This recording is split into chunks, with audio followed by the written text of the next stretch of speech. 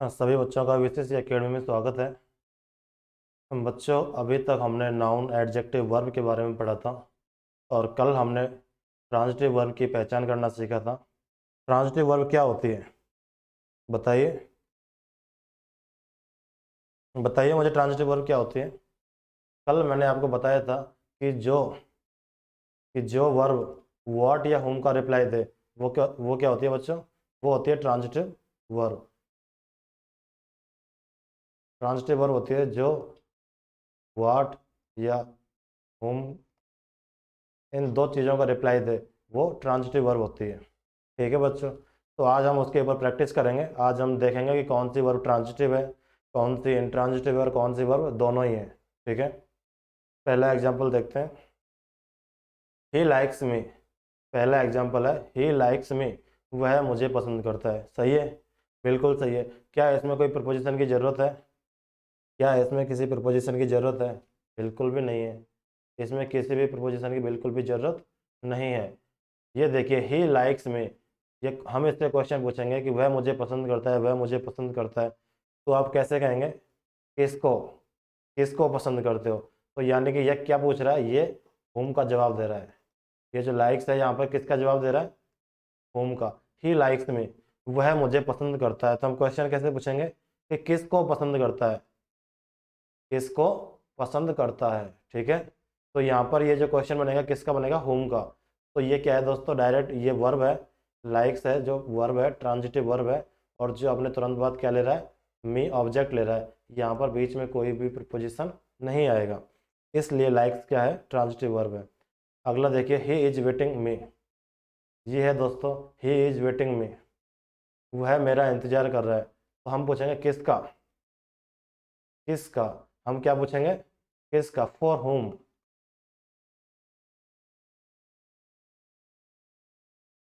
तो इसको हम बोलेंगे he is waiting for me. Me तो यहाँ पे ऑलरेडी दिया हुआ है, तो यहाँ पर क्या आएगा बच्चों बीच में? यहाँ पर फॉर आएगा। ही इज वेटिंग मी, वह मेरा इंतजार कर रहा है, वह मेरे लिए इंतजार कर रहा है। तो यहाँ पर बीच में क्या आएगा? फॉर आएगा। ऊपर वाला देखो, he likes me. He likes me, likes करता है, यानी कि जो वर्ब है उसका पूरा पूरा इफेक्ट इसके ऊपर ट्रांसफर हो रहा है। जो ट्रांजिटिव वर्ब होती है वो अपना पूरा पूरा जो इफेक्ट होता है वो ऑब्जेक्ट के ऊपर ट्रांसफर कर देती है। ट्रांजिटिव यानी कि ट्रांसफर, इंट्रांजिटिव यानी कि ट्रांसफर नहीं। लाइक्स में यानी कि मे के ऊपर पूरा जो लाइक्स है इसका जो एक्टिविटी है, इसका जो एक्शन है पूरा ट्रांसफर हो रहा है, इसलिए लाइक्स क्या है? इसमें लाइक्स जो है ट्रांजिटिव वर्ब है। अगला शब्द देखते हैं, ही इज वेटिंग मे। तो यहाँ पर जो वेटिंग शब्द है ये इंट्रांजिटिव वर्ब है। वो इंट्रांजिटिव वर्ब क्यों है? यहाँ पर आप देखेंगे कि जो वेटिंग है वो इंट्रांजिटिव वर्ब क्यों है? वो इसलिए है क्योंकि यहाँ पर बीच में प्रिपोजिशन आ रहा है। और प्रिपोजिशन क्यों आ रहा है? क्योंकि यहाँ पर ये जो है होम का या व्हाट का रिप्लाई नहीं है, ये फॉर होम का रिप्लाई है कि वह किसके लिए इंतजार कर रहा है। ही इज वेटिंग फॉर मी, वह मेरे लिए इंतजार कर रहा है या वह मेरा इंतजार कर रहा है। ही इज वेटिंग फॉर मी। ठीक है, अगला देखिए, शी लिसन्स म्यूजिक, वह लिसन करती है। क्या करती है? म्यूजिक लिसन करती है। वह लिसन करती है यानी कि वह सुनती है। सी लिसन्स, वह सुनती है। म्यूजिक यानी कि संगीत, म्यूजिक। तो यह किसका रिप्लाई है? व्हाट का। सी लिसन्स म्यूजिक। ठीक है दोस्तों, सी लिसन्स म्यूजिक, वह सुनती है। क्या सुनती है? म्यूजिक। इसमें किसी भी प्रपोजिशन की जरूरत नहीं है, इसलिए जो लाइक लिसन है ये क्या है? ये ट्रांजिटिव वर्ब है। अगला देखिए, they do not understand English. They do not understand यानी कि समझना, वे नहीं समझते हैं इंग्लिश, यानी कि वो क्या नहीं समझते हैं? वो क्या नहीं समझते हैं? They do not understand. हम पूछेंगे क्या? हम उनसे क्या पूछेंगे कि वो क्या नहीं समझते हैं? तो इसका जवाब क्या है? वो इंग्लिश नहीं समझते हैं।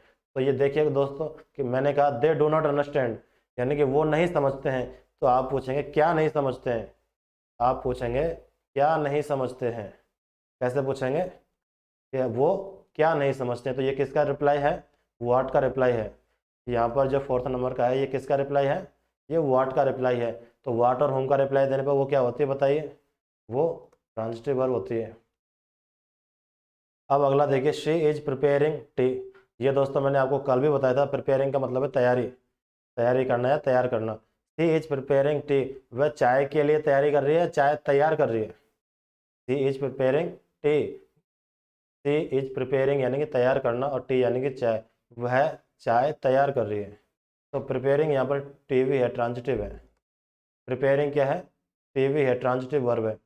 अगला शब्द देखिए, she is preparing for the exam.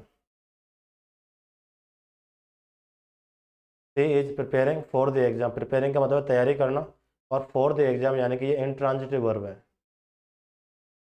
ये जो प्रिपेयर है ये इंट्रांजिटिव वर्ब है। क्यों? क्योंकि वह एग्जाम को तैयार नहीं कर रही है, वह एग्जाम के लिए तैयारी कर रही है। तो इसका रिप्लाई क्या होगा? For what. She is preparing, वह तैयारी कर रही है, फॉर व्हाट यानी कि एग्जाम के लिए, फॉर द एग्जाम। तो यहाँ पर जो प्रिपेयरिंग है वो क्या है? आई टी वी, वो है I T V, intransitive verb.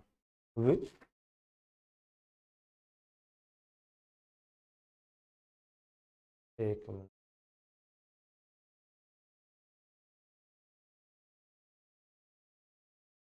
हाँ बच्चों देखिए, प्रिपेयरिंग ट्रांजिटिव वर्ब भी है और इंट्रांजिटिव वर्ब भी है। जब कोई वर्ब अपने तुरंत बाद ऑब्जेक्ट ले, जब कोई वर्ब अपने तुरंत बाद ऑब्जेक्ट ले, तब तो वो होती है ट्रांजिटिव वर्ब। और जब कोई वर्ब अपने बीच में प्रिपोजिशन ले और फिर ऑब्जेक्ट ले, जब कोई वर्ब बीच में प्रिपोजिशन ले, ठीक है, जब कोई वर्ब अपने बीच ऑब्जेक्ट के बीच में कोई प्रिपोजिशन ले, तब वह इंट्रांजिटिव वर्ब होती है। दोस्तों ये जो ट्रांजिटिव इंट्रांजिटिव का मैटर है, इससे आजकल जो क्वेश्चन बन रहे हैं वो इसी से बन रहे हैं। आजकल कोई नॉर्मली क्वेश्चन नहीं बन रहे हैं, जो क्वेश्चन पुटअप हो रहे हैं वो यहीं से हो रहे हैं कि कौन सा शब्द ट्रांजिटिव है, कौन सा इंट्रांजिटिव है, ये बीच में कोई प्रिपोजिशन लेगा या नहीं लेगा। तो ये आपका बेसिक है, अगर ये आप बेसिक अच्छी तरीके से समझेंगे तो आपको आगे कोई प्रॉब्लम नहीं होगी। अगला शब्द देखिए, इसको आप अच्छी तरीके से समझ गए। सी इज प्रिपेयरिंग, वह चाय तैयार कर रही है, वह चाय तैयार कर रही है, तो वो तो है ट्रांजिटिव वर्ब। और वह एग्जाम के लिए तैयारी कर रही है, यानी कि सी इज प्रिपेयरिंग फॉर एग्जाम। तो ये बीच में क्या ले रहा है? फॉर प्रिपोजिशन ले रहा है, इसलिए ये इंट्रांजिटिव वर्ब है। द एग्जाम, ये क्या हो जाएगा? ऑब्जेक्ट हो जाएगा ये पूरा, ये तो हो जाएगा ऑब्जेक्ट। और प्रिपेयरिंग ये वर्ब है, बीच में क्या आ गया? फॉर आ गया, इसलिए प्रिपेयरिंग क्या है? इंट्रांजिटिव वर्ब है। We should not kill animals, we should not kill यानी कि हमें नहीं मारना चाहिए। मैं दोस्तों आपके लिए एक रूल बता देता हूँ, जो पहले भी बताया मैंने, कि जो मॉडल्स होते हैं, क्या होते हैं? मॉडल। जो मॉडल्स होते हैं ये अपने तुरंत बाद वर्ब की फर्स्ट फॉर्म लेते हैं। मॉडल क्या करते हैं दोस्तों? अपने तुरंत बाद वर्ब की फर्स्ट फॉर्म लेते हैं। इसके ऊपर हम आगे एक्सरसाइज भी करेंगे, लेकिन आप इसको लिख सकते हैं कि रूल फर्स्ट, नियम एक, कि जो मॉडल होते हैं वो अपने तुरंत बाद वर्ब की फर्स्ट फॉर्म लेते हैं। जैसे कि यू शुड ओबे, यू शुड ओबे योर पेरेंट्स, यानी कि यू शुड ओबे। शुड क्या है दोस्तों? इसमें शुड है मॉडल, शुड क्या है? मॉडल है। और ओबे, ओबे यानी कि पालन करना। यू शुड ओबे योर पेरेंट्स ऑर्डर, ठीक है।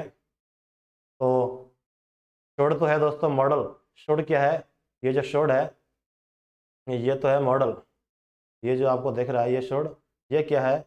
ये है मॉडल। और ये जो ओबे है ये है दोस्तों वर्ब की फर्स्ट फॉर्म। ये क्या है? वर्ब की फर्स्ट फॉर्म। ओबे यानी कि पालन करना।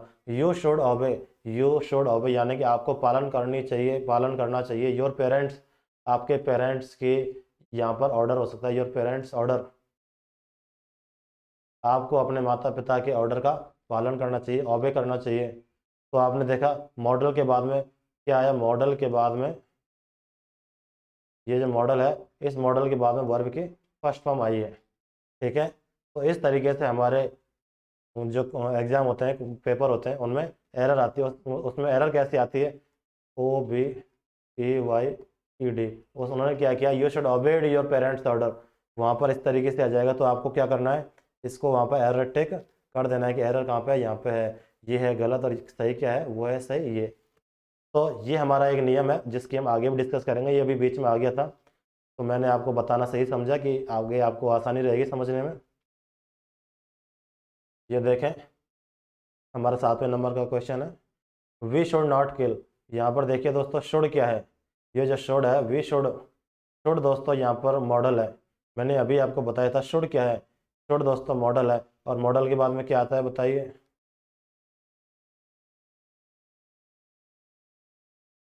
मैंने आपको बताया था कि जो मॉडल है, मॉडल के बाद में हमेशा वर्ब की फर्स्ट फॉर्म आती है, ठीक है। तो देखिए शुड, ये जो शुड है दोस्तों ये तो है मॉडल, और ये जो किल है ये है वर्ब की फर्स्ट फॉर्म, यानी कि किल यानी कि मारना। वी शुड नॉट किल, हमें नहीं मारना चाहिए, हमें, मैंने कहा हमें नहीं मारना चाहिए, तो आप पूछेंगे क्या नहीं मारना चाहिए, आप क्या कहेंगे, क्या नहीं मारना चाहिए, तो we should not kill animals. ये किसका रिप्लाई दे रहा है दोस्तों, ये वाट का रिप्लाई दे रहा है, किसका, वाट का। तो मैंने आपको बताया था कि जो वाट का या होम का रिप्लाई दें, होम से क्वेश्चन पूछें, वो ट्रांजिटिव वर्ब होती है। तो किल क्या है, ट्रांजिटिव वर्ब है दोस्तों। क्या है किल, ट्रांजिटिव वर्ब है। क्यों है, क्योंकि ये वाट का रिप्लाई दे रहा है, बीच में इससे किसी भी प्रिपोजिशन की जरूरत नहीं है। जो ट्रांजिटिव वर्ब होती हैं वो अपने तुरंत बाद कोई भी प्रिपोजिशन नहीं लेती हैं। इसके ऊपर हम बहुत सारी एरर करेंगे जो एग्जाम में आई हुई हैं। अभी आप इस कॉन्सेप्ट को समझिए कि कॉन्सेप्ट क्या है, ठीक है दोस्तों। ये देखिए we should not kill animals, हमें नहीं मारना चाहिए, क्या नहीं मारना चाहिए, आप पूछेंगे तो ये तो पूछेंगे क्या नहीं मारना चाहिए, ठीक है। तो we should not kill animals. तो किल क्या है हमारी, किल जो है ट्रांजिटिव वर्ब है, क्या है, टीवी है। अगला देखिए ही हैज गॉन स्कूल, वह ही हैज गॉन स्कूल, वह स्कूल जा चुका है। ये देखिए दोस्तों हैज क्या है, प्रेजेंट परफेक्ट की हेल्पिंग वर्ब है हैज। हैज के बाद में क्या है, वर्ब की थर्ड फॉर्म आती है। जो हैज है वह, ये जो हैज है होता है हैज। मैं दोस्तों आपको आगे चल के टेंस भी पढ़ाऊंगा, जिसमें आप जिसको टेंस नहीं आते हैं, ग्रामर कहाँ से आएगी उसको, इसलिए मैं उसको पहले टेंस भी बताऊंगा, जिससे कि आप अच्छे तरीके से ग्रामर को समझ सकें, कॉम्प्रिहेंशन पार्ट को समझ सकें। तो ये प्रेजेंट परफेक्ट की हेल्पिंग वर्ब होती है हैज है, और इसके तुरंत बाद क्या आता है, वर्ब की थर्ड फॉर्म आती है। क्या आती है, वर्ब की थर्ड फॉर्म आती है। वापस देखिए ही हैज गॉन, यानी कि वह जा चुका है। जो प्रेजेंट परफेक्ट होता है उसकी पहचान क्या होती है, चुका है, चुकी है, चुके हैं। तो ही हैज गॉन, वह जा चुका है, कहाँ जा चुका है। तो ये किसका रिप्लाई दे रहा है दोस्तों, मैं पूछूंगा, मैं आपसे कहता हूँ वह जा चुका है, वह जा चुका है, वह जा चुका है, तो आप पूछेंगे कहाँ जा चुका है, कहाँ जा चुका है। तो अच्छा आप पूछेंगे कि इसका हमें पूछना कैसे है कि कहाँ जा चुका है, क्यों जा चुका है। तो इसका पता हमें लास्ट में जो शब्द दे रखा है ना, इससे पता लगेगा। स्कूल क्या है, एक जगह है, तो क्वेश्चन बनेगा कहाँ से, कहाँ से, यानी कि वियर से क्वेश्चन बनेगा, WHERE वियर। ऊपर वाला है एनिमल्स, एनिमल्स क्या है, एक पशु है, तो इसका जवाब बनेगा वाट से। इसका वियर से बन जाएगा क्या, नहीं बनेगा, इसका वाट से बनेगा। एनिमल एक ऑब्जेक्ट मान सकते हैं हम, तो इसका बनेगा ऑब्जेक्ट वाट, क्वेश्चन वाट से, और स्कूल का बनेगा वियर से। तो he has gone to school, ये तो आपने पढ़ाई होगा कि I am going to school, I am going to school, ठीक है दोस्तों।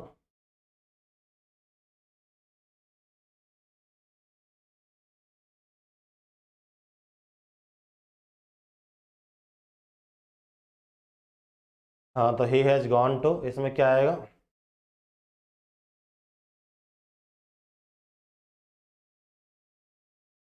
इसमें देखिए he has gone to school. तो गॉन के बाद में क्या आया दोस्तों, प्रिपोजिशन आ गया। अगर किसी वर्ब और ऑब्जेक्ट के बीच में प्रिपोजिशन आ गया तो ये वर्ब कैसी होती है, ये वर्ब होती है दोस्तों इंट्रांजिटिव। और अगर मैं कहूँ कि मान के चलो यहाँ पर कोई इंट्रांजिटिव वर्ब दी गई है और यहाँ पर ऑब्जेक्ट दिया गया है, तो बीच में क्या आना जरूरी है, बीच में प्रिपोजिशन आना जरूरी है। इसको आप उल्टा सीधा दोनों तरीके से समझ लीजिए कि अगर कोई वर्ब इंट्रांजिटिव है और उसके बाद में ऑब्जेक्ट को आना है, तो बीच में प्रिपोजिशन आएगा ही आएगा, ठीक है। और अगर कोई वर्ब, वर्ब के बाद प्रपोजिशन आ रहा है तो फिर ऑब्जेक्ट आएगा। हम इस वर्ब को कैसे पहचान सकते हैं कि इसके बाद में प्रपोजिशन आया हुआ है, हम कैसे पहचानेंगे, वर्ब के बाद में प्रपोजिशन आया हुआ है तो वो वर्ब कैसी है, इंट्रांजिटिव वर्ब है। वर्ब के तुरंत बाद ऑब्जेक्ट आ जाए तो वो कैसी है, वो ट्रांजिटिव है, ठीक है। तो he has gone to school, verb के बाद में क्या आया है, प्रपोजिशन आया हुआ है। तो ये जो हमारी वर्ब है गॉन, ये क्या है दोस्तों, इंट्रांजिटिव वर्ब है, ITV है। अगला देखिए शी विल अट्रैक्ट, यानी कि विल क्या है दोस्तों, विल हम कहें तो मॉडल भी है। जो हमारा फ्यूचर टेंस होता है दोस्तों वो मॉडल टेंस होता है। क्या होता है दोस्तों, मॉडल टेंस। उसमें जो भी हेल्पिंग वर्ब होती है वो मॉडल होती है। जैसे कि उसकी हेल्पिंग वर्ब क्या होती है, विल और कैन। विल का वुड, कैन का could, may, might, need not, should not, ये सारे क्या है, नीड, नीड टू, ये सारे मॉडल हैं। तो इन मॉडल्स के बाद में हमेशा वर्ब की फर्स्ट फॉर्म आती है। ये सारे मॉडल्स मैं आपको अगली एक एक्सरसाइज लेके उन सबको पढ़ाऊंगा। अगली हमारी जो क्लास रहेगी मॉडल्स वाली, उसमें सारी एक्सरसाइज क्लास रहेगी जिसमें आप अच्छे तरीके से समझ सकते हैं कि मॉडल के बाद में वर्ब की फर्स्ट फॉर्म आती है, ना कि कोई सेकंड या थर्ड फॉर्म। तो ये देखें, शी विल अट्रैक्ट। विल क्या है दोस्तों, विल एक मॉडल है और मॉडल के बाद में क्या है, अट्रैक्ट, क्या आया है, वर्ब की फर्स्ट फॉर्म। तो ये देखिए सी विल अट्रैक्ट, यानी कि वह आकर्षित करती है। तो मैं कहूँगा वह आकर्षित करती है, वह आकर्षित करती है। तो आप पूछेगा किसे आकर्षित करती है, यानी कि होम। आप क्वेश्चन कैसे पूछेंगे, होम, होम शी अट्रैक्ट्स, यानी कि वह किसे आकर्षित करती है, वह किसे आकर्षित करती है। मैं आपसे कहता हूँ कि वह आकर्षित करती है। मैं आपसे कहता हूँ दोस्तों कि वह आकर्षित करती है, तो आप कैसे कहेंगे, वह किसे आकर्षित करती है, यानी क्वेश्चन किससे बनेगा दोस्तों, होम से। तो मैंने आपको बताया था कि जो वाट और होम का रिप्लाई है, जो वाट या होम का जवाब देते हैं वो क्या होती हैं, वो ट्रांजिटिव वर्ब होती हैं। तो she will attract the crowd, तो यहाँ पर ये क्या है, ट्रांजिटिव वर्ब है। She will attract, she will attract the crowd. ठीक है दोस्तों, अट्रैक्ट अपने तुरंत बाद ऑब्जेक्ट ले लेगा, क्योंकि ये क्या है, होम का रिप्लाई है। और जो होम का या वाट का रिप्लाई होते हैं, होम का या वाट से क्वेश्चन बनाते हैं, वो वर्ब अपने बाद ऑब्जेक्ट लेती हैं, प्रीपोजिशन नहीं लेती हैं। दोबारा सुनिए, जो वर्ब होम या वाट से क्वेश्चन बनाती हैं वह अपने तुरंत बाद ऑब्जेक्ट लेती हैं। और दूसरे तरीके से मैं बताऊं तो ट्रांजिटिव वर्ब जो होती हैं वो अपने तुरंत बाद ऑब्जेक्ट लेती हैं, प्रीपोजिशन नहीं लेती हैं। अगला देखिए, यू हैव चीटेड। ये जो शब्द है चीटेड, ये देखिए दोस्तों कि यू हैव चीटेड, यानी कि तुमने मुझे चीटेड यानी कि चीट किया है। मैंने आपको बताया था कि हैज और हैव प्रेजेंट परफेक्ट की हेल्पिंग वर्ब है, और इनके बाद में क्या आता है, थर्ड फॉर्म आती है। ये देखिए मैंने आपको बताया था कि हैज और हैव प्रेजेंट, हैज और है प्रेजेंट परफेक्ट की हेल्पिंग वर्ब है, और ये अपने बाद में दोस्तों वर्ब की थर्ड फॉर्म लेती हैं। जैसे कि गो के क्या है, गो, वेंट, गॉन। तो हैज के बाद में क्या आएगा, हैज या हैव के बाद में क्या आएगा, गॉन आएगा दोस्तों। क्या आएगा, गॉन आएगा। इस तरीके से हमारी बहुत सी वर्ब हैं, जैसे कि मान के चलो ईट की ले लो, ईट, एट, ईटन, ईट, एट, ईटन। तो क्या आएगा, ईटन आएगा हैज हैव के बाद में। क्या ये आ सकता है, नहीं। तो आप समझ रहे हैं इस चीज़ को। हम वापस चलते हैं अपने टॉपिक पर। You have cheated on me, ये जो चीटेड शब्द होता है ये अपने बाद में ऑन प्रपोजिशन लेता है। ये जो चीटेड वर्ब ये शब्द होता है, ये वर्ब होती है, ये अपने बाद में क्या लेता है दोस्तों, ऑन लेता है। कि आपने मेरे साथ चीटेड ऑन का मतलब है विश्वासघात करना। ये एक तरीके से फ्रेज बन जाती है। जो वर्ब अपने बाद कोई प्रपोजिशन लेके उसका एक कंबाइंड अर्थ देती हैं। क्या बताया मैंने, कि कुछ वर्ब ऐसी होती हैं जो अपने बाद में प्रपोजिशन लेके फिर इसका एक संयुक्त अर्थ देती हैं। क्या देती हैं, एक संयुक्त अर्थ देती हैं, उनको फ्रेजल वर्ब बोलते हैं हम।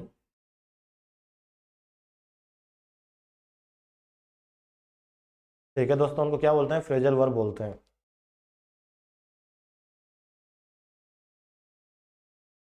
तो हम वापस चलते हैं टॉपिक पर।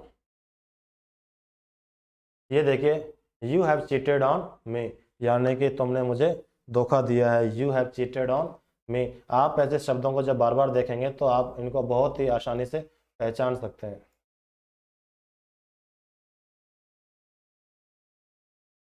हाँ ये देखिए दोस्तों, मैंने आपको बताया कि you have cheated on me. इस शब्द को आप देखिए, यहाँ पर क्या है इसकी केमिस्ट्री,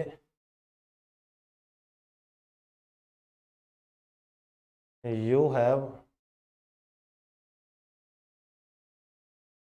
चीटेड ऑन मी। ये क्या है दोस्तों, you have cheated on me. ठीक है, इसका मतलब है कि चीटेड ऑन ये एक फ्रेजल वर्ब है। मैंने आपको बताया कि ये क्या है, ये जो चीटेड ऑन है ये है एक फ्रेजल वर्ब, यानी कि रिश्ते में विश्वासघात करना, रिश्ते में विश्वासघात करना।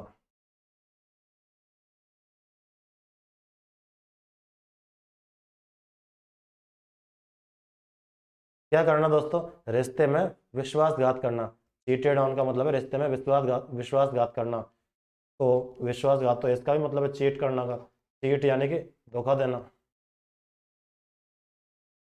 धोखा देना। इसका मतलब है देखो दोस्तों कि ही है चीटेड मी।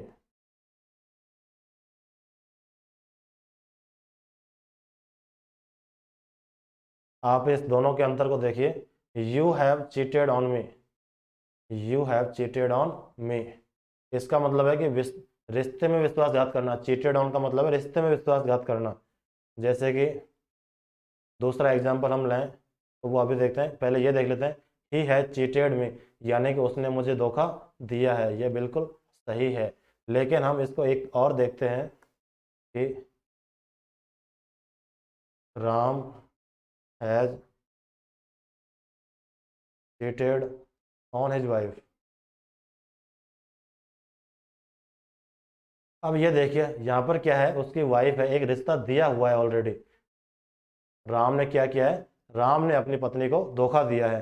तो धोखा देने के लिए, रिश्ते में धोखा देने के लिए हम चीट के बदले किसका प्रयोग करते हैं, ऑन का प्रयोग करते हैं। और एक नॉर्मली धोखा होता है, जैसे कि एक दुकानदार ने किसी कस्टमर को धोखा दिया, तो वो क्या है, चीट करना है, वो धोखा देना है। ठीक है, तो यहाँ पर क्या है दोस्तों, राम है चीटेड ऑन हिज वाइफ। इसके बाद में अगर हम इस ऑन को हटा दें तो सेंटेंस गलत हो जाएगा, क्योंकि रिश्ते में विश्वासघात के लिए हम चीटेड ऑन का प्रयोग करते हैं। इसलिए मैंने आपको ये वापस बताया है, चीटेड भी सही है और चीटेड ऑन भी सही है। चीटेड ऑन का मतलब है रिश्ते में, चीट ऑन का मतलब रिश्ते में विश्वासघात करना, और चीट का मतलब है नॉर्मली, यानी कि अनजान कोई धोखा, किसी को धोखा देता है। तो जो हमारे साथ ऑनलाइन कई कई बार फ्रॉड होता है वो क्या है, चीट है, ना कि चीटेड ऑन है। समझ रहे हो, उसके बाद में हम ऑन नहीं लगाएंगे, क्योंकि हमारे साथ जो फ्रॉड होता है, ऑनलाइन जो फ्रॉड होता है, वो कोई अननोन पर्सन ही करता है, उसका हमारे साथ कोई रिश्ता नहीं है। समझ गए दोस्तों इस चीज़ को आप। अगला देखिए, योर ब्रदर हेल्प्ड अस, यानी कि आपने हमारे, योर ब्रदर यानी कि तुम्हारे भाई ने, हेल्प यानी कि हेल्प की, तुम्हारे भाई ने हेल्प की, तुम्हारे भाई ने हेल्प की। तो आप कैसे पूछेंगे कि किसकी की भाई, कैसे पूछेंगे किसकी की, तो अस यानी कि हमारी। तो ये किसका जवाब है दोस्तों, होम। होम यानी कि किसको, किसकी। योर ब्रदर हेल्प्ड, तुम्हारे भाई ने हेल्प की, तो किसकी हेल्प की, हमारी की। तो ये क्वेश्चन किससे बन रहा है दोस्तों, होम से बन रहा है। किससे बन रहा है, होम से बन रहा है। तो हेल्प्ड क्या है बताइए, हेल्प्ड जो है ट्रांजिटिव वर्ब है। क्यों है ट्रांजिटिव वर्ब, क्योंकि ये होम से क्वेश्चन बना रहा है। और मैंने आपको बताया था कि जो शब्द व्हाट या होम से क्वेश्चन बनाते हैं, जो शब्द व्हाट या होम से क्वेश्चन बनाते हैं, जो शब्द व्हाट या हुम से क्वेश्चन बनाते हैं वो क्या होती हैं, वो ट्रांजिटिव वर्ब होती हैं। और जो शब्द व्हाट या हुम के अलावा किसी और से शब्द, और से क्वेश्चन बनाते हैं, और से क्वेश्चन पूछते हैं, वो इनट्रांजिटिव वर्ब होते हैं। ठीक है दोस्तों,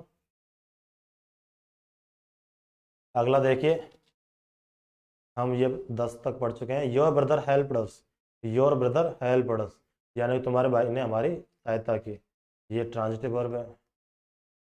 महेश इज स्लीपिंग, यानी कि महेश इज स्लीपिंग, महेश सो रहा है। अब बताइए, ये हमारा क्वेश्चन, ये जो स्लीप शब्द है, ये तीन तरीके के प्रपोजिशन लेता है। इसको हम अभी आपको बताएंगे।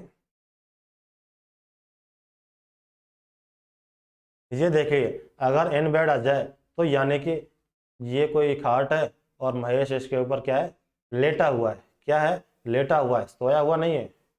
ठीक है, लेटा हुआ है, तो इसके लिए तो बेड इन करेंगे। क्या करेंगे, बेड इन, इन बेड, यानी कि Mahesh is sleeping, Mahesh is sleeping in bed का मतलब है लेटने की अवस्था, यानी कि सोया नहीं है वो, सिर्फ आराम करने के लिए, थोड़ा सुस्ताने के लिए वो लेटा हुआ है उसके ऊपर। ठीक है, और अगला शब्द देखिए, on bed, Mahesh is sleeping on A bed.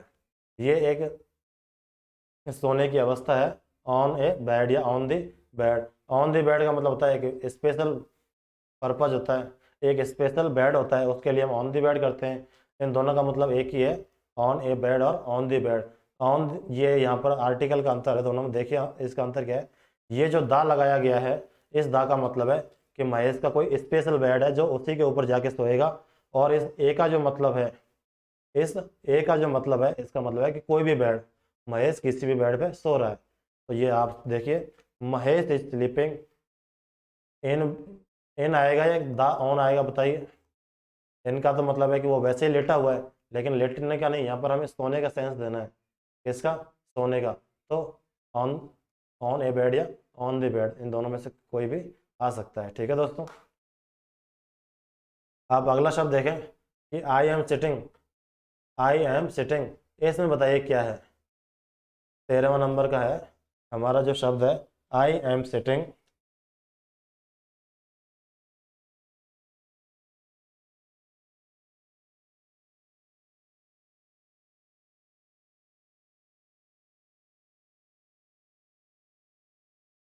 हाँ तो दोस्तों ये देखिए, महेश इज स्लीपिंग,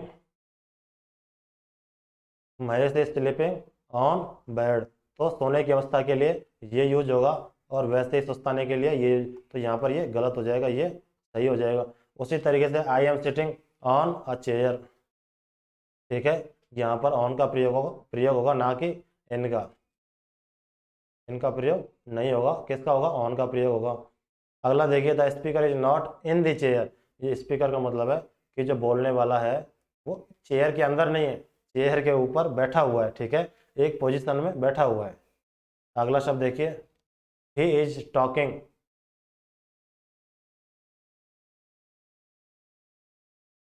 ये देखिए, ही इज टॉकिंग अबाउट मोहन। हमारा जो अगला क्वेश्चन है वह है, ही इज टॉकिंग,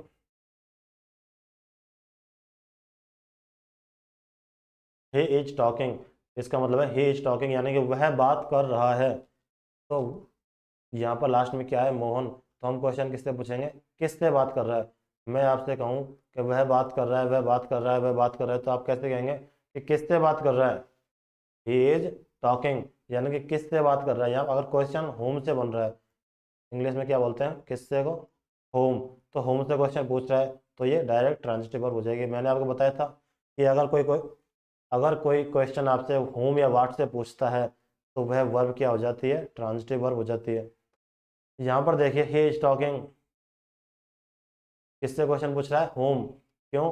यहाँ होम से ही क्यों पूछ रहा है, वाई से क्यों नहीं पूछ रहा है कि वह क्यों बात कर रहा है? तो हमने किससे क्यों पूछा? हमने जो क्वेश्चन पूछा वो होम से ही क्यों पूछा? क्योंकि यहाँ पर एक ऑब्जेक्ट आया हुआ है और वो है मोहन।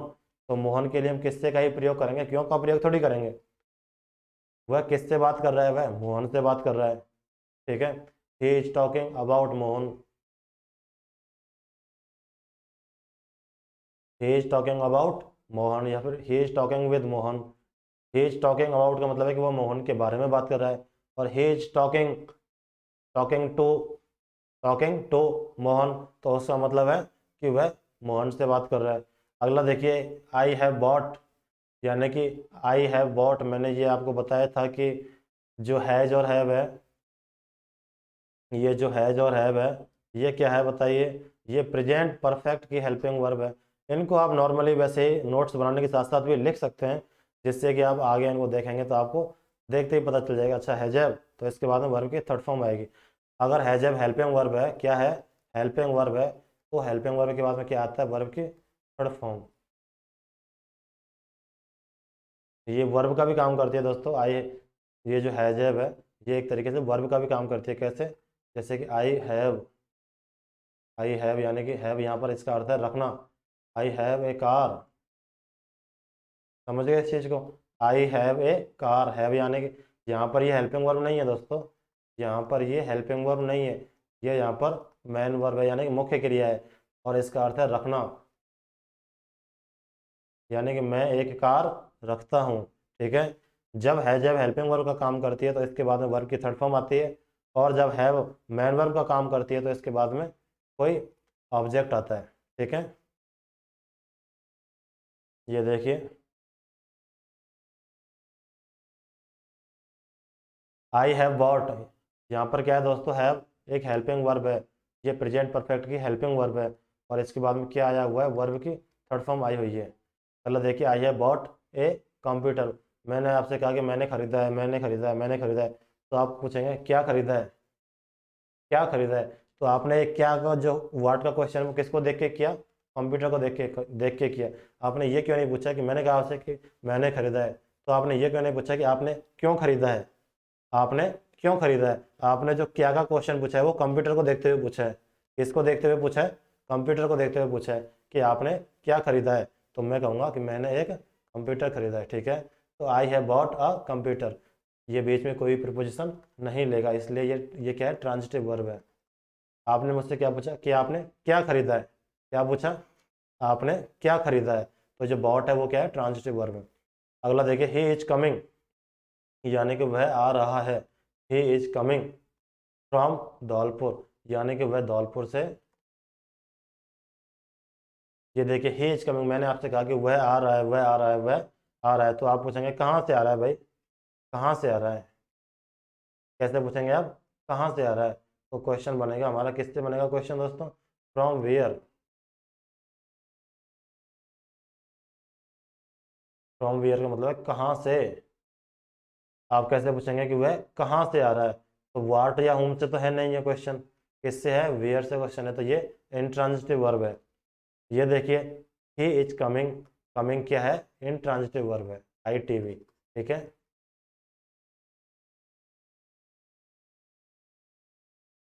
ये जो कमिंग है दोस्तों क्या है,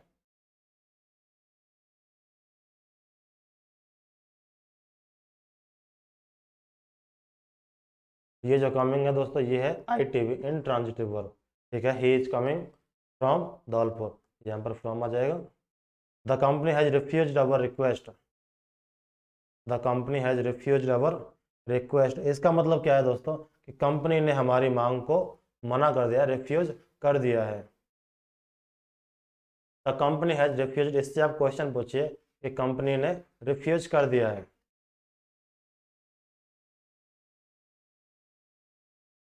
हमारा जो अगला है, मैंने आपसे कहा कि the company has refused, company ने रिफ्यूज कर दिया, रिफ्यूज यानी कि मना करना, जो ये रिफ्यूज है इसका मतलब मना करना, ठीक है। द कंपनी हैज रिफ्यूज्ड, यानी कि कंपनी ने मना कर दिया है, तो आप पूछेंगे क्या मना कर दिया है, तो क्या के लिए यहाँ पर क्वेश्चन कैसे बना, आवर रिक्वेस्ट, क्या मना कर दिया, आवर रिक्वेस्ट को। एक होता है टर्न डाउन, इसका मतलब होता है रिजेक्ट, जब एम्पायर बॉलर की रिक्वेस्ट को रिजेक्ट कर देता है उसको बोलते हैं turn down. The umpire has turn down bowlers appeal, यानी कि एम्पायर ने बॉलर की अपील को रिजेक्ट कर दिया है, खारिज कर दिया है। उसी तरीके से ये जो टर्न डाउन होता है ये है मना करने का अर्थ। The company has refused our request, तो यहाँ पर कोई भी प्रपोजिशन नहीं आएगा, इसलिए ये रिफ्यूज क्या है, ट्रांजिटिव वर्ब है। अगला देखिए,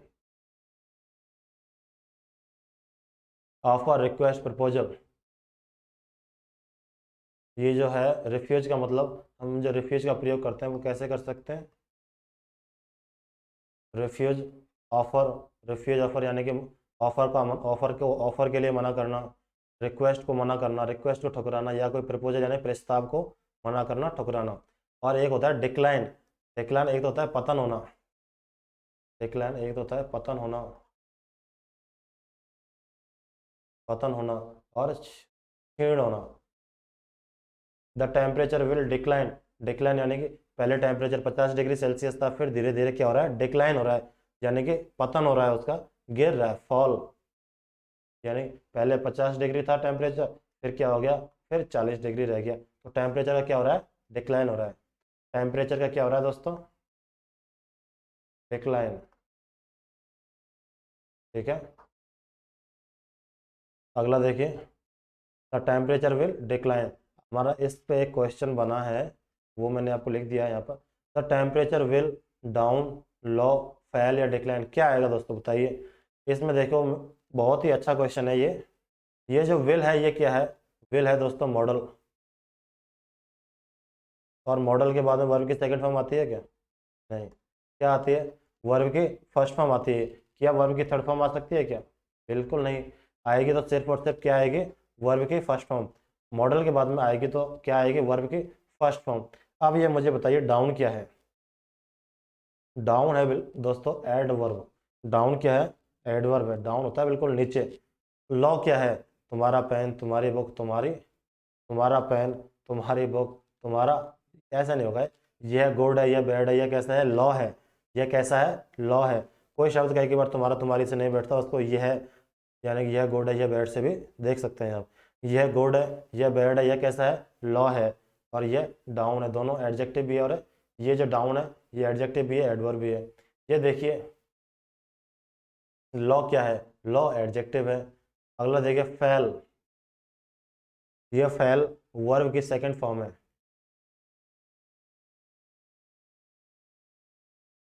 फॉल फर्स्ट फॉर्म और फेल सेकंड फॉर्म।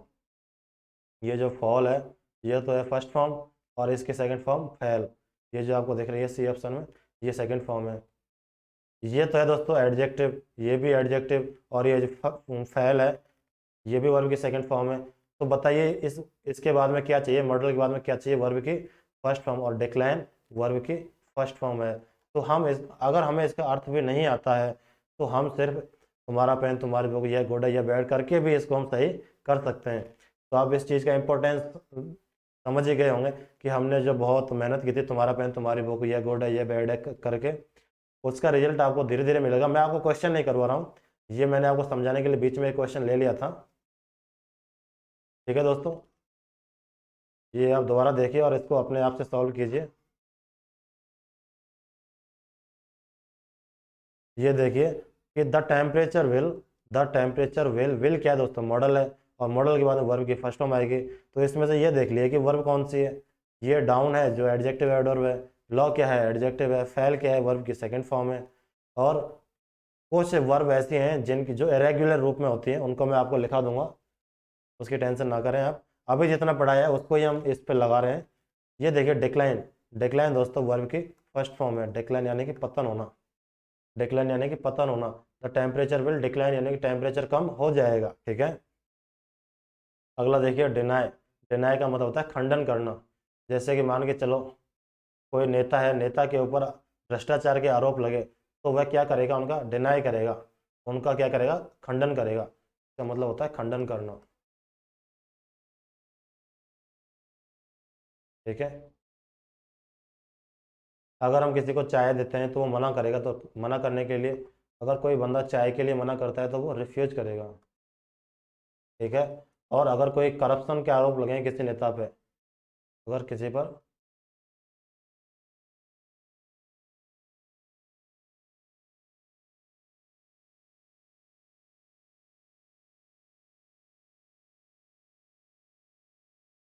करप्शन होता है दोस्तों भ्रष्टाचार।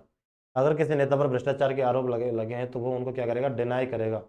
डिनाई यानी कि खंडन करेगा कि मैंने तो ऐसा किया ही नहीं है। क्या करेगा वो दोस्तों? डिनाई करेगा, रेफ्यूट करेगा। ठीक है। अगला शब्द देखिए आई एम स्टडिंग, यानी कि मैं स्टडी कर रहा हूँ। तो क्या स्टडी कर रहा हूँ? फिजिक्स।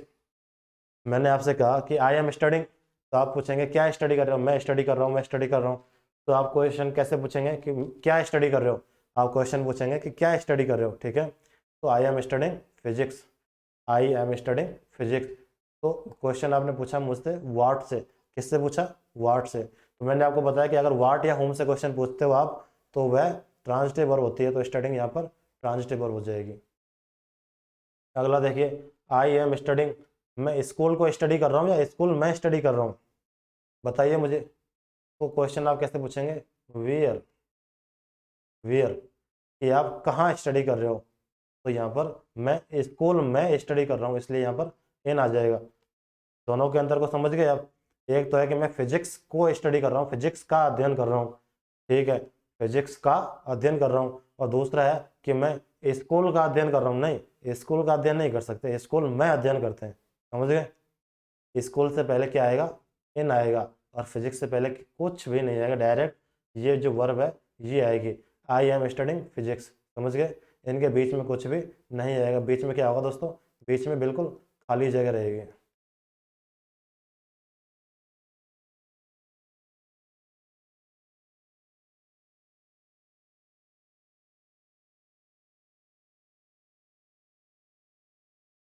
ये दोस्तों आप देख रहे हैं स्टडी से लेकर यहाँ तक क्या आएगा, बीच में कुछ भी नहीं आएगा, क्योंकि स्टडी यहाँ पर ट्रांजिटिव वर्ब है और ट्रांजिटिव अपने तुरंत बाद ऑब्जेक्ट लेके, यानी कि इसके बाद में फिजिक्स आएगा।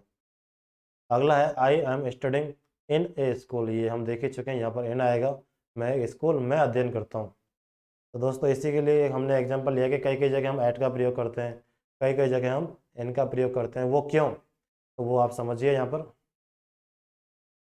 कि जैसे कि मैं आपसे कहूँ, जब हम किसी लोकेशन की बात करते हैं, किसकी बात करते हैं दोस्तों, कि जब हम किसी लोकेशन की बात करते हैं तो हम उस लोकेशन को बताने के लिए एट का प्रयोग करते हैं। इसमें देखो लोकेशन ये दिया हुआ है, जब हम लोकेशन का प्रयोग करते हैं तो उसके लिए हम एट का प्रयोग करते हैं, और हम एरिया के लिए इन का प्रयोग करते हैं। जैसे कि मान के चलो आप जयपुर में रहते हैं, और जयपुर किसके अंदर है, वो इंडिया के अंदर है, तो he lives in Jaipur city of India. यहाँ पर दोस्तों एरिया की बात हो रही है, किसकी बात हो रही है, एरिया की बात हो रही है। जैसे कि ये एरिया है एक, और यहाँ पर he lives in Jaipur city of India, ये तो है टोटल इंडिया और ये है जयपुर। तो एक एरिया की बात हो गई स्पेशली कि ये पूरा जयपुर है, और जयपुर में वो यहाँ पर क्या कर रहा है, स्टडी कर रहा है। अगला देखिए ही लिव्स एट महेशनगर फाटक इन जयपुर। इसमें दोस्तों ये देखिए ऊपर जो जयपुर था वो एक एरिया था, कि वो जयपुर एरिया में स्टडी कर रहा है, वो कहीं पे हो सकता है जयपुर एरिया के अंदर, वह जयपुर एरिया के अंदर त्रिवेणी पर हो सकता है, महेशनगर में हो सकता है, जगतपुरा में हो सकता है, सीतापुरा में हो सकता है। आप समझ रहे हैं, ये पूरा जयपुर है, ये पूरा क्या है, जयपुर है। वो यहाँ पे भी हो सकता है, यहाँ पे भी हो सकता है, यहाँ पे भी हो सकता है, कोई स्पेशल जगह नहीं दी हुई है, उसने कोई स्पेशल लोकेशन नहीं दी हुई है। अगला क्वेश्चन देखिए कि ही लिव्स एट महेशनगर फाटक इन जयपुर। जैसे कि मैंने आपको बताया कि ये तो है दोस्तों जयपुर, और यहाँ पर उसने स्पेशल दे दिया कि वह जयपुर में, ये है जयपुर और ये है महेशनगर, ठीक है। तो वह जयपुर के अंदर महेशनगर में स्टडी कर रहा है, तो जो छोटी लोकेशन होगी उससे पहले तुम करेंगे एट का प्रयोग, एट महेशनगर, ठीक है। और कहाँ पर है ये महेशनगर, इन जयपुर, समझ गए आप। यानी कि जो अगर एग्जैक्ट लोकेशन दे देता है कि जयपुर के अंदर महेशनगर में, तो उससे पहले हम किसका प्रयोग करेंगे, एट का, और जो बड़ी लोकेशन है उससे पहले हम इनका प्रयोग करेंगे, ठीक है दोस्तों। अगला शब्द देखिए, दे आर ट्रेवलिंग, हमारा अगला शब्द है दे आर ट्रेवलिंग, वे ट्रेवल कर रहे हैं, ट्रेवल यानी कि यात्रा कर रहे हैं, वे ट्रेवलिंग, वे ट्रेवल कर रहे हैं, they are travelling by train. हमारा जो अगला क्वेश्चन है वो है दे आर ट्रेवलिंग, हमारा जो अगला क्वेश्चन दोस्तों वो है they are travelling by train. मैंने आपसे कहा कि दे आर ट्रेवलिंग, आपके लिए दोस्तों मैंने स्पेशल नोट्स बना रखे हैं, कहीं कोई कुछ क्वेश्चन रह नहीं जाए, उसके लिए मैं टाइम टाइम पर मेरे नोट्स देखता रहता हूँ, जिससे कि आपको प्रॉपर और पूरी जानकारी मिले, ठीक है दोस्तों।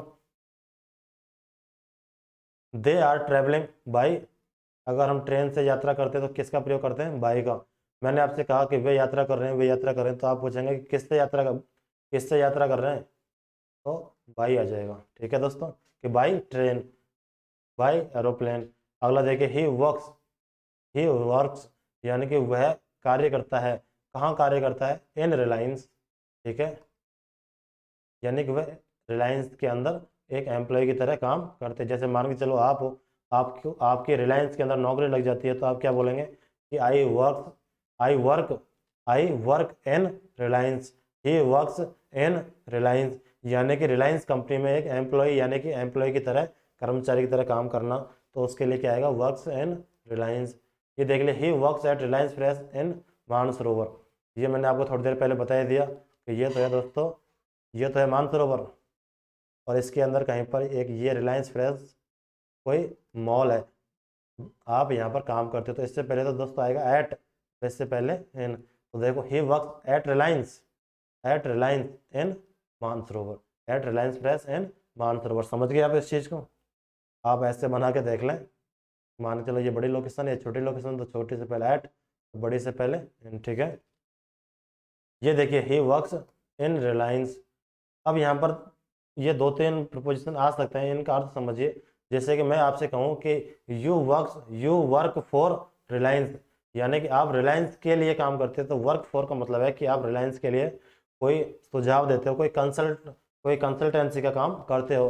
तो इन आ गया तो मतलब आप रिलायंस के अंदर काम करते हो, और वर्क फॉर आ गया तो आप रिलायंस के लिए काम करते हो, कोई सुझाव वगैरह देने देने का। ठीक है, अगला देखिए, ही वर्क्स इन रिलायंस, तो इन आ गया तो वो एम्प्लॉय का अर्थ देगा, इन आ गया तो वो एम्प्लॉय का अर्थ है।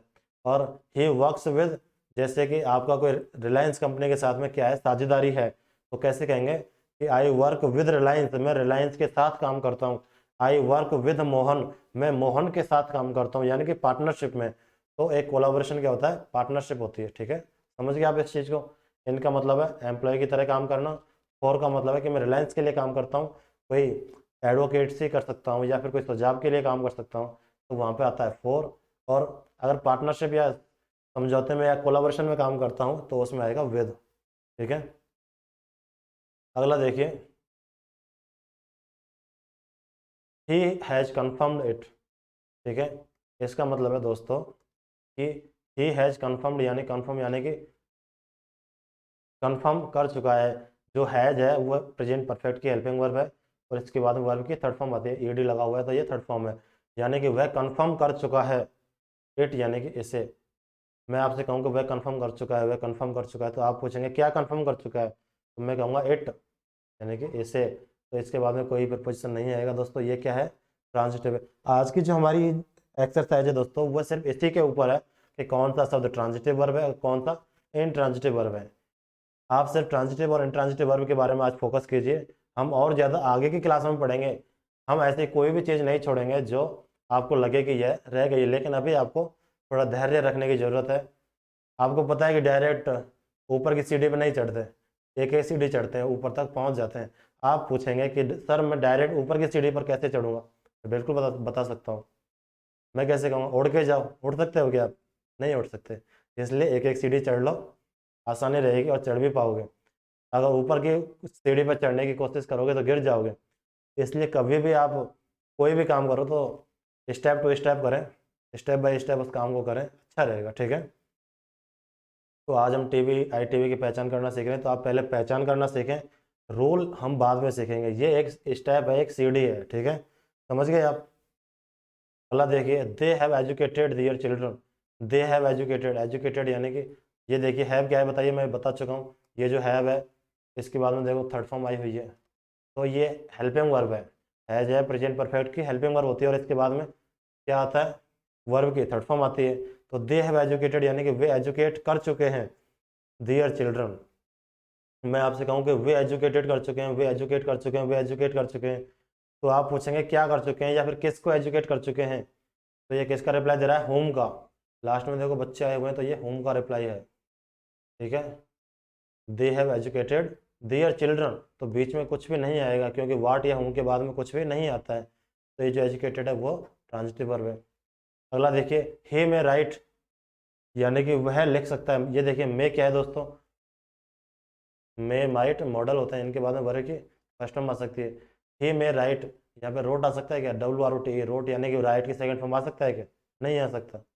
मॉडल के बाद में क्या आएगा, सिर्फ वर्ब की फर्स्ट फॉर्म आएगी। तो ही मे राइट, वह लिख सकता है, में यानी कि संभावना का है, ही मे राइट वह लिख सकता है, द लेटर यानी कि लेटर को, कोई स्पेशल लेटर है जिसके ऊपर संभावना जताई जा रही है कि वह उस लेटर को लिख सकता है, वह लेटर लिख सकता है। ठीक है, तो ही मे राइट लेटर, वह लेटर को लिख सकता है, वह लेटर को लिख सकता है। ठीक है, देखिए ही मे राइट द लेटर, वह लेटर लिख सकता है, तो यहाँ पर बीच में कोई प्रपोजिशन नहीं आएगा, राइट क्या है, ट्रांजिटिव वर्ब है। अगला देखिए, ही मे राइट अ पेन, वह पेन को लिखेगा या पेन से लिखेगा, वह पेन को लिखेगा या पेन से लिखेगा, बताइए।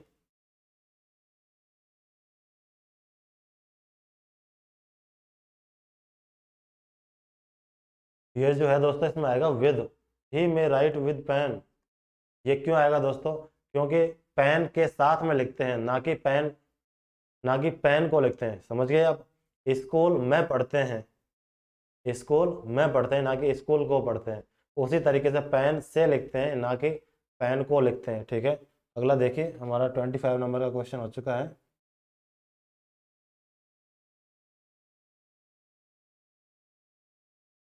ही मे राइट विद पेन। ठीक है, अगला क्वेश्चन देखिए। ये हमारे आज 5-7 क्वेश्चन और हैं, आज की एक्सरसाइज हमारी हो जाएगी।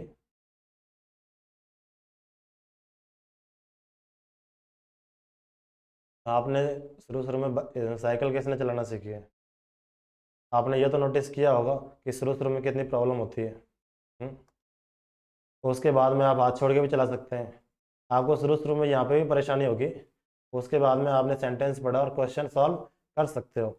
आपको यह देखने की जरूरत नहीं है ये ट्रांजिटिव वर्ब है ट्रांजिटिव वर्ब, आपके मुंह से अपने आप निकलेगा कि ये क्या है। आप अपने आप, आपका जो अनकॉन्शियस माइंड है वो अपने आप बताएगा अच्छा यहाँ पर ये प्रपोजिशन नहीं आएगा, तो आप उसको वैसे ही सॉल्व कर सकते हैं। अगला देखिए, द एक्सीडेंट हैपन्ड।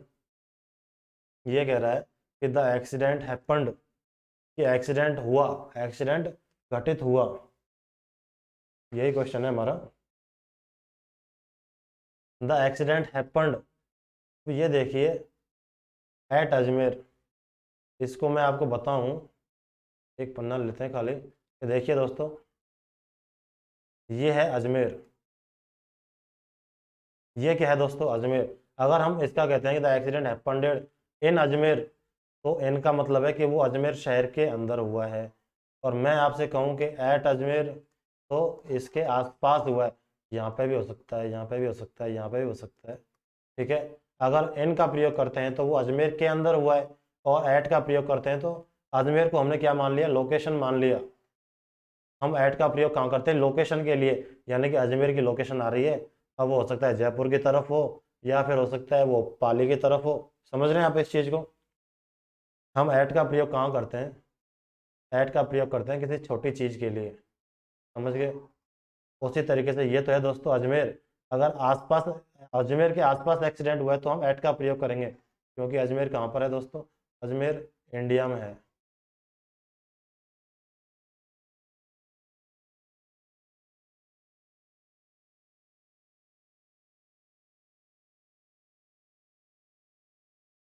ये ऊपर वाला है इंडिया और नीचे वाला है अजमेर, तो एट अजमेर। ठीक है, अगर अजमेर की लोकेशन यहाँ पे यहाँ पे यहाँ पे हुआ है तो एट अजमेर का प्रयोग करेंगे, और अजमेर के अंदर हुआ है तो हम इनका प्रयोग करेंगे। इस चीज़ को आप समझ गए दोस्तों? उम्मीद है आप इस चीज़ को बहुत अच्छी तरीके से समझ गए होंगे। हम यहाँ पर इनका भी प्रयोग कर सकते हैं और एट का भी प्रयोग कर सकते हैं। क्यों कर सकते हैं? इनका मतलब है अजमेर के अंदर हुआ होगा, और एट का प्रयोग है कि अजमेर लोकेशन के आसपास हुआ। एट का मतलब होता है लोकेशन, यानी अजमेर को एक लोकेशन कहा गया है और उस लोकेशन के आसपास एक्सीडेंट हुआ है। ठीक है, और एन का मतलब होता है कि उस लोकेशन से तो बाहर हो ही नहीं सकता। हमने अभी थोड़ी देर पहले पढ़ा था कि एट महेशनगर फाटक इन जयपुर, जो महेशनगर फाटक है वो कहाँ पर है? इन जयपुर, यानी जयपुर से बाहर नहीं हो सकता। उसी तरीके से हम यहाँ पर अगर इन का प्रयोग करते हैं तो वो अजमेर शहर के अंदर एक्सीडेंट हुआ है, और एट का प्रयोग करते हैं तो अजमेर एक लोकेशन है, उस लोकेशन के आसपास हुआ है एक्सीडेंट। ठीक है, अगला शब्द देखिए, Ashish pledge. Ashish plays with, यानी कि आशीष प्लेज यानी आशीष खेलता है, विद विनीत यानी कि किसके साथ? मैंने आपसे कहा कि आशीष प्लेज यानी आशीष खेलता है, आशीष खेलता है, तो आप क्या कहेंगे? किसके साथ खेलता है? किसके साथ खेलता है, कहाँ खेलता है? ठीक है, आप पूछेंगे किसके साथ। यहाँ विनीत आया हुआ है तो आपका क्वेश्चन बनेगा किसके साथ खेलता है? With home. आपका क्वेश्चन कैसे बनेगा? With home, with home. तो यहाँ पर क्या आएगा? विद होम के लिए जवाब है विनीत। तो आशीष प्लेज विद विनीत। ठीक है, अगला देखिए, Ashish plays with cricket. Ashish cricket के साथ खेलता है या क्रिकेट को खेलता है? क्रिकेट को खेलता है या क्रिकेट के साथ खेलता है? तो आशीष क्रिकेट खेलता है। मैंने कहा आशीष खेलता है, आशीष खेलता है। यहाँ पर आपने क्वेश्चन पूछा क्रिकेट को देख के क्या खेलता है बताओ, तो मैंने कहा क्रिकेट खेलता है। तो आपने क्वेश्चन किससे पूछा दोस्तों? वाट से पूछा। किससे पूछा? ये जो सारा रिप्लाई है ना, आप क्वेश्चन किससे पूछेंगे? वाट से पूछेंगे या होम से पूछेंगे? जी, आप इस चीज को देख के क्वेश्चन पूछेंगे। ठीक है, तो आशीष प्लेज, आपने पूछा व्हाट, तो मैंने कहा क्रिकेट। आशीष प्लेज आपने कहा विद होम, किसके साथ? तो मैंने कहा विनीत।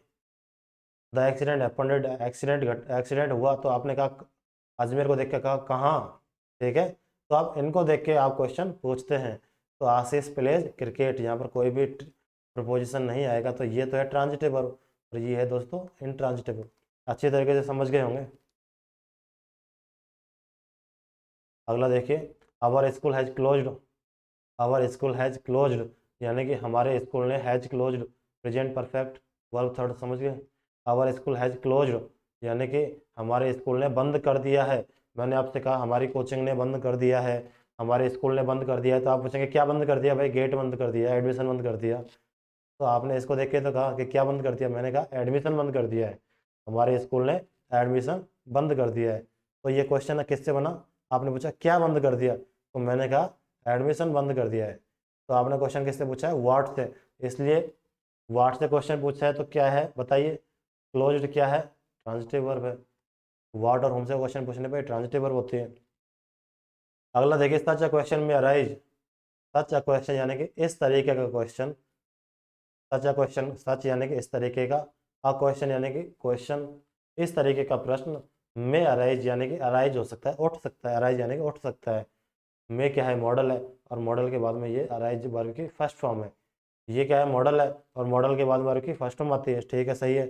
सच अ क्वेश्चन यानी कि इस तरीके का क्वेश्चन, में अराइज यानी कि उठ सकता है, द क्लास, क्लास को उठ सकता है या क्लास में उठ सकता है, तो आप कहेंगे इन क्लास, क्लास में उठ सकता है।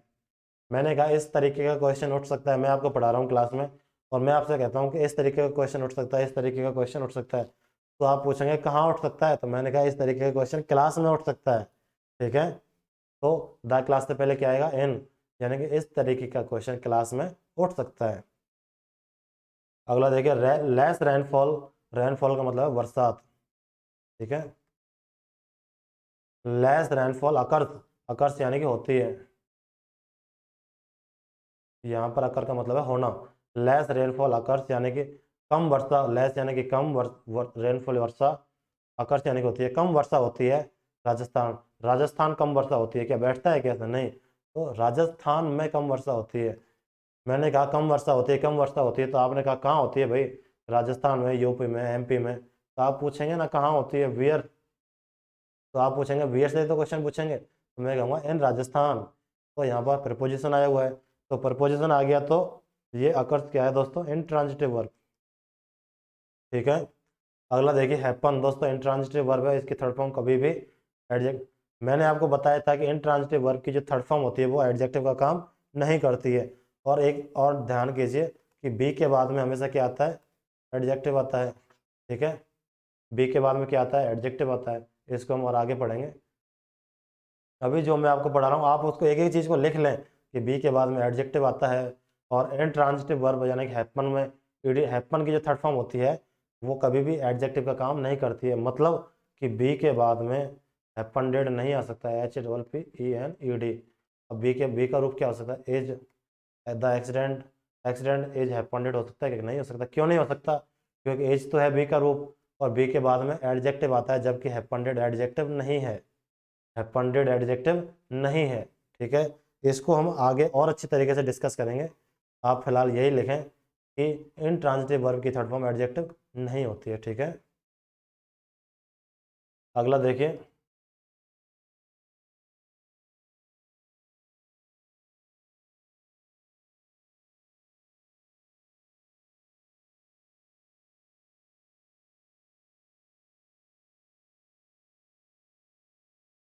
हाँ तो दोस्तों ये देखिए, अकर्स, यानी मैंने आपको थोड़ी देर पहले बताया था less rainfall occurs in Rajasthan, यानी कि जो नेचुरल कैलामिटी होती है, नेचुरल घटनाएं होती हैं, नेचुरल प्रोसेस होती है, उसके लिए होता है अकर्स का प्रयोग, ठीक है। तो रेन अकर्स, अकर्स देखो दोस्तों हैपन नहीं होता, एक्सीडेंट के लिए हम हैपन का प्रयोग करते हैं क्योंकि एक्सीडेंट अचानक होता है, तो अचानक घटना घटने के लिए हम हैपन का प्रयोग करते हैं।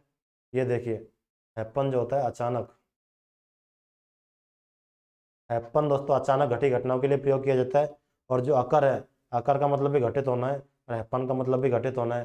तो अकर का प्रयोग तो हम करते हैं नेचुरल, नेचुरल प्रोसेस के लिए, और ये जो हैपन है ये होता है अचानक, जैसे कि एक्सीडेंट हो गया अचानक, तो एक्सीडेंट के लिए हम अकर्स का प्रयोग नहीं करेंगे, इसका प्रयोग करेंगे हैपन का प्रयोग।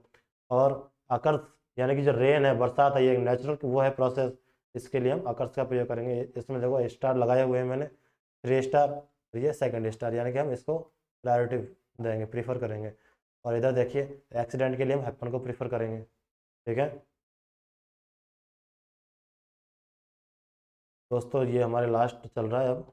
इसके बाद हम क्लास को ख़त्म करेंगे, बहुत लंबी हो चुकी है, आप भी परेशान हो गए होंगे मुझे पता है।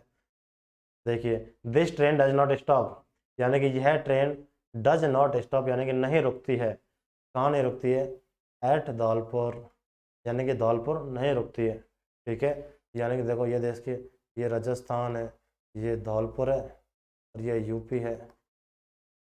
अब हमने किसका प्रयोग किया? एट का प्रयोग किया, यानी कि ये जो ट्रेन है ये राजस्थान से जाती है और सीधे यूपी चली जाती है, यानी कि धौलपुर और उसके आसपास इस लोकेशन पे नहीं रुकती है। और अगर मैं कहूँ कि इन, अगर मैं इन लगा दूँ तो इनका मतलब है कि धौलपुर के अंदर नहीं रुकती है, जबकि ये धौलपुर के आसपास जो और कस्बे हैं वहाँ ये रुकती है। समझ गए? ये धौलपुर है, अगर हम इनका प्रयोग करें तो मतलब धौलपुर के अंदर नहीं रुकती है बस।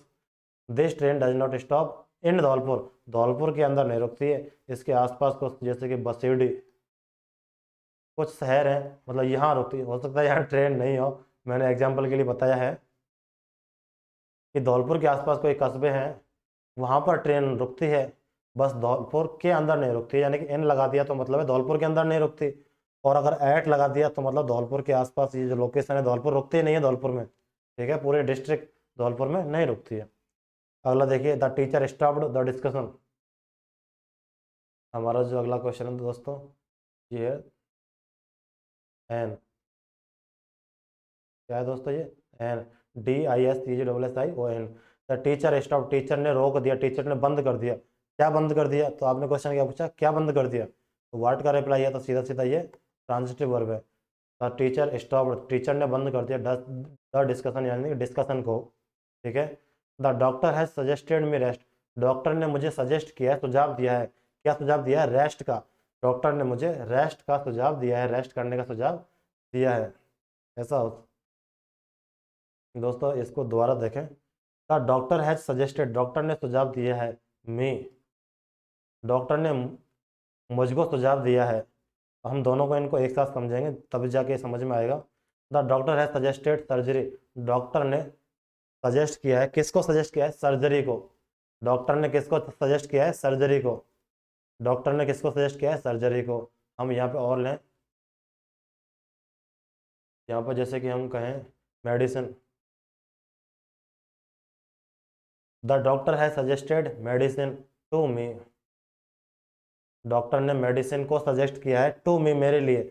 डॉक्टर ने, the doctor has suggested surgery, doctor ने सजेस्ट किया है सर्जरी को, यानी कि सर्जरी आप जानते हो, डॉक्टर ने सर्जरी को सजेस्ट किया है टू मी, मेरे लिए। उसी तरीके से आप इसको देखिए, the doctor has suggested me rest, ये बैठता है क्या? ये कभी नहीं बैठता दोस्तों। ये देखिए, the doctor has suggested, doctor ने मुझे सजेस्ट किया है किसके लिए? रेस्ट के लिए। गलत है बिल्कुल, ये फॉर्मेशन बिल्कुल गलत है। ये क्यों है गलत? क्योंकि ये आप इस जो नीचे वाला सेंटेंस है इसको देख के आप पहचान करिए, आप बाद में इसको जब प्रैक्टिस पहचान जाएंगे, समझ जाएंगे तो कोई प्रॉब्लम नहीं होगी, लेकिन आप फर्स्ट टाइम आपको थोड़ी इसमें प्रॉब्लम होगी। जैसे कि the doctor has suggested, doctor ने सजेस्ट किया है सर्जरी, सर्जरी को। डॉक्टर हैज सजेस्टेड दवाई को, तो क्या डॉक्टर मुझे सजेस्ट कर सकता है क्या? किसी को नहीं कर सकता ना, तो वह मेरे लिए सजेस्ट करेगा। तो यहाँ पर क्या आएगा? The doctor has suggested to मी,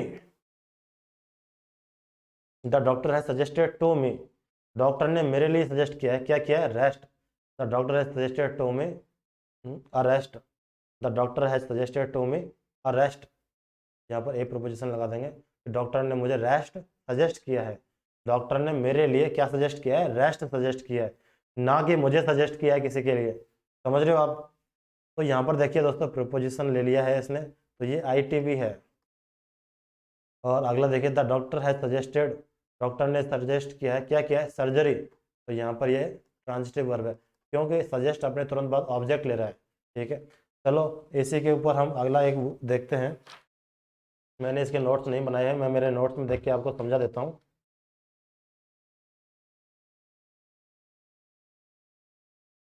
दोस्तों हमारा जो अगला शब्द है वो है एडवाइस और सजेस्ट।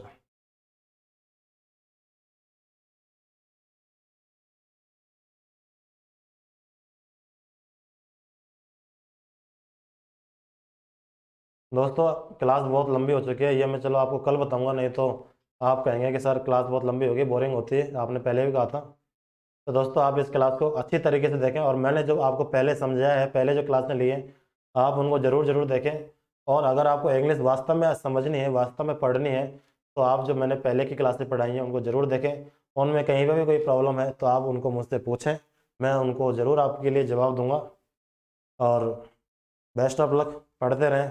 कोरोना चल रहा है इसलिए घर पर रहें, सेफ रहें। धन्यवाद।